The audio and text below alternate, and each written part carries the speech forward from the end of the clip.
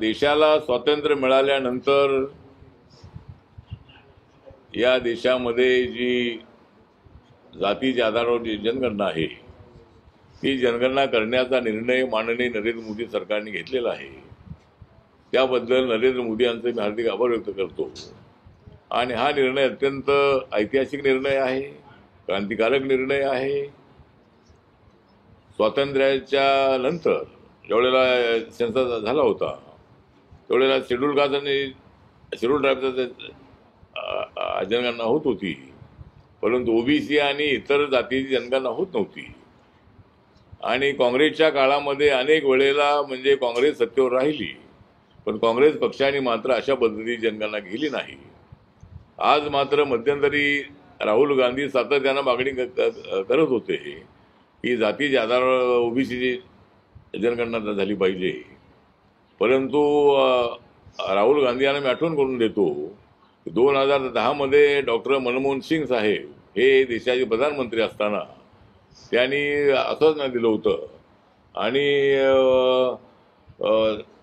जातीच्या आधारावर जनगणना करण्याचा निर्णय आम्ही घेऊ असं ते म्हणाले होते, पण त्यांच्या काळामध्ये हा निर्णय होऊ शकला नाही।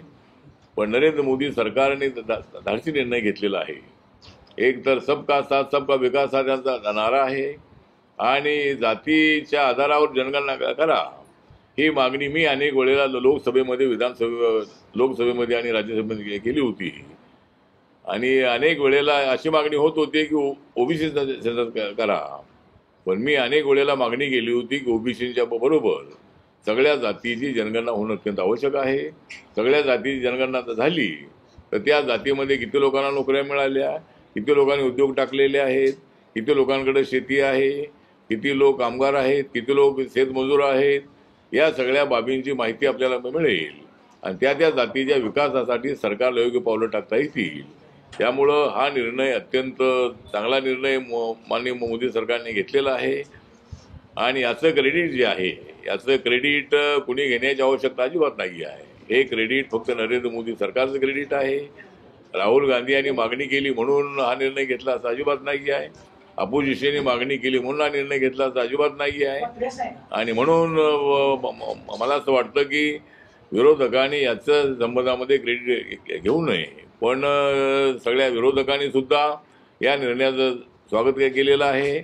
आणि हा जो सेन्सस आहे हा जातीच्या आधारावर झाल्यामुळं प्रत्येक जाती महाराष्ट्रामध्ये मराठा किती आहेत, ओबीसी किती आहेत, ब्राह्मण किती आहेत आणि इतर जाती ज्या आहेत लिंगायत किती आहेत, इतर जाती लोक किती आहेत याची सगळी माहिती आपल्याला मिळणार आहे।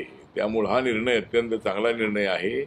आणि मला असं वाटतं की माननीय नरेंद्र मोदींचं सर्वांनी आभार मानले पाहिजेत आणि त्यांनी अत्यंत चांगला निर्णय घेतलेला आहे।